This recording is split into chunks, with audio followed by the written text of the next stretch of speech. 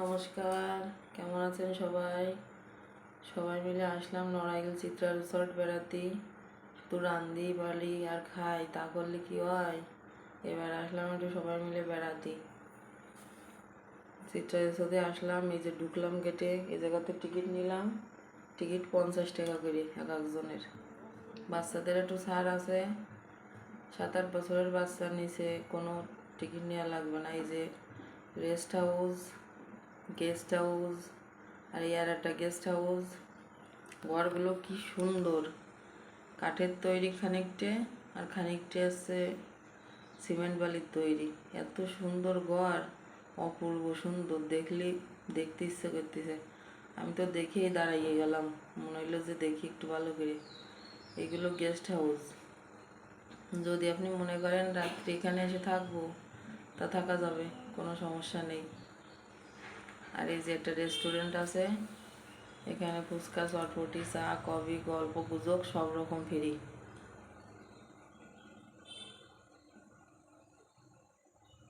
তারপরে এপাশে আর একটা জঙ্গল আছে, দারুণ একটা ফরেস্ট, নদীর কূলে একটা মনোরম পরিবেশ, চারিদিকে গাছগাছালিতে ভরা। এপাশে একটা কাঠের বাস, কাঠের ঘর, গোলপাতার ছাউনি। এই যে এরা সব পোজ দিয়ে বসে আছে, কেউ ছবি তুলতেছে। এই যে সব ঘুরে বেড়াচ্ছে। এখানে আসছে এক একজন সিঙ্গার, এসে এসে গান গাচ্ছে। গানগুলো শুনলে আর এই মনোরম পরিবেশ সব কিছু মিলে খুবই ভালো লাগতেছে। আমরা ভাবলাম যে এই বাঁশের ঘরের মধ্যে ঘুরে আসি, তাই যাচ্ছি বাঁশের ঘরের মধ্যে। সিঁড়িগুলো কাঠের তৈরি, বাঁশের পাশে বাঁশ দিয়া উঠে যাচ্ছি এক পা দুপা করে উপরের দিকে। যে উঠলাম, যে এবার দেখি, কি সুন্দর তৈরি করেছে, এত সুন্দর নিখুঁতভাবে বাঁশের ঘর তৈরি করেছে, তাও দোতলা ঘর। দেখতে ইচ্ছে করতেছে। যদি আপনাকে সময় হয়, সময় সুযোগ করে এসে ঘুরে যাবেন। উপরে গোল পাতার ছাউনি, আবার বিভিন্ন ডিজাইন করা উপরে। এই যে সব কিছু মানে গ্রামীণ পরিবেশের জিনিসপত্র নিয়েই তৈরি করা। সত্যি গ্রামের সাথে মিশে যাচ্ছে। এখানে এসে মনে হচ্ছে কি সেই জন্য পুরনো স্মৃতি সব ফিরিয়ে আসতেছে। আমরা বসলাম এখানে একটু রেস্ট নেওয়ার জন্য সবাই। এই যে সবাই আইছে এখানে, এসে সবাই একটু বসলাম, বেশি এবার কিছুক্ষণ বসার পরে এবার নেমে যাচ্ছি আমরা সবাই।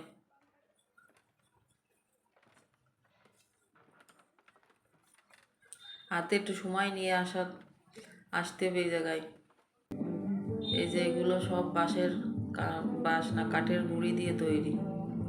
কাঠের গুঁড়া, গাছের গুঁড়া দিয়ে তৈরি। যেখানে একজন সিঙ্গার গান গাচ্ছে, সব সময় গান চলতেছে। গান শুনে আসলে মনের মধ্যে অন্যরকম একটা অনুভূতি। এগুলো সব বাঁশের বাঁশি, তাই এখানে রাখা। একটা কামরাঙা গাছ, অপরিমাণে কামরাঙা হয়েছে। এই গাছের থেকে আমরা কামরাঙা তুলে এনে কামরাঙা মাখা খেলাম। ভীষণ পরিমাণে হয়েছে কামরাঙা, তবে কামরাঙাগুলো এখনও সেইভাবে পাকেনি, একটু ফুলও আছে, তবে খাওয়া যাচ্ছে, সমস্যা না। এবার এই যে নদীর কূলে, চিত্রা নদী, এটা চিত্রা নদীর কূলে আসলাম, একটু ঘুরে যাচ্ছি। নিচের দিকেও খুব মনোরম দৃশ্য। সিঁড়ি দিয়ে নামলাম, ওখানে সুন্দর করে সিঁড়ি করা আছে। সিঁড়ি দিয়ে নিচের দিকে নামতেছি আমরা সবাই। নদীর দিক তাকালে আসলে মনটা নদীর মতো বড় হয়ে যাচ্ছে। এই যে নদী এত প্রশস্ত, চিত্রা নদী খুব সুন্দর। আর পাশে এই যে এত সুন্দর দাঁড়ানোর জায়গা, বসার জায়গা। এই যে নড়াইলের SM সুলতান, এখানে নূর মোহাম্মদ শেখ, আর ওই পাশে আর একজন কে আছে, ভালো একটা নাম বোঝা যাচ্ছে না।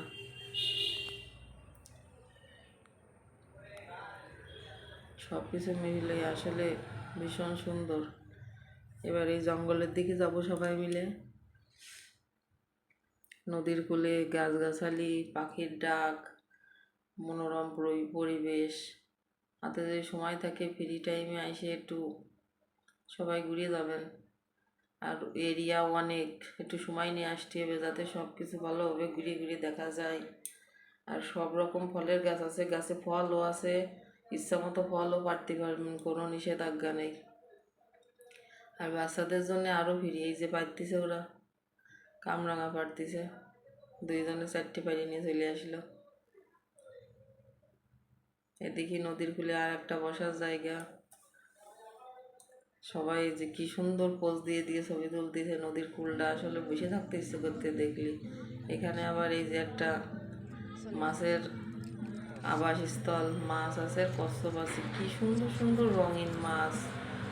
মাছগুলো কি সুন্দর খেলা করতেছে জলের ভিতরে। আবার কচ্ছপ আছে একটা দুটো, তারাও ঘুরে বেড়াচ্ছে। বাচ্চারা তো সব এখানে লাইন দিয়ে সব দাঁড়ায় আছে, চারিদিক দিয়ে পাথর দিয়ে দিয়ে সাজায় দিয়েছে। সব কিছু মিলে আসলে অসাধারণ সুন্দর। এই পাশে একটা দোকান আছে, কোনো কিছু খাওয়ার ইচ্ছে হলে খাওয়া যাবে। দাবা খেলার ব্যবস্থা আছে বাচ্চাদের। এই আরও গেস্ট হাউস, এগুলো একদম নদীর কূলে।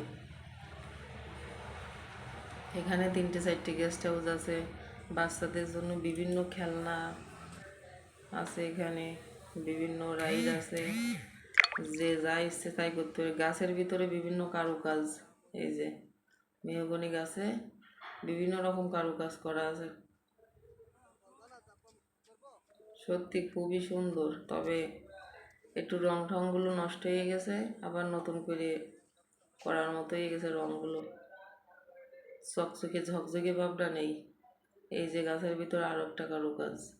নড়াইল আসলে শিল্প এলাকা, তো এখানে অনেক শিল্পীদের বাস।